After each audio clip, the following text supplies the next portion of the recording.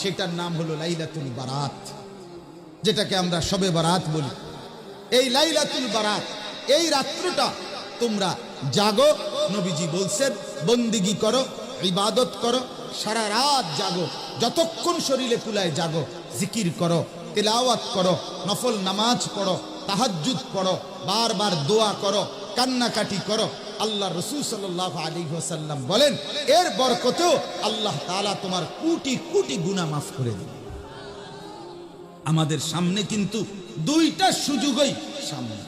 আজকে যদি বিবেক জাগে তো এই শবে বারাত, মঙ্গলবার দিবাগত রাত, আপনি শবে বারাতের ইবাদত, শবে বারাতের জন্য নিজের দোয়া, কান্নাকাটি, জিকির, তাসবিহ, ইবাদতের প্রস্তুতি নিয়ে রাত জাগার চেষ্টা করেন।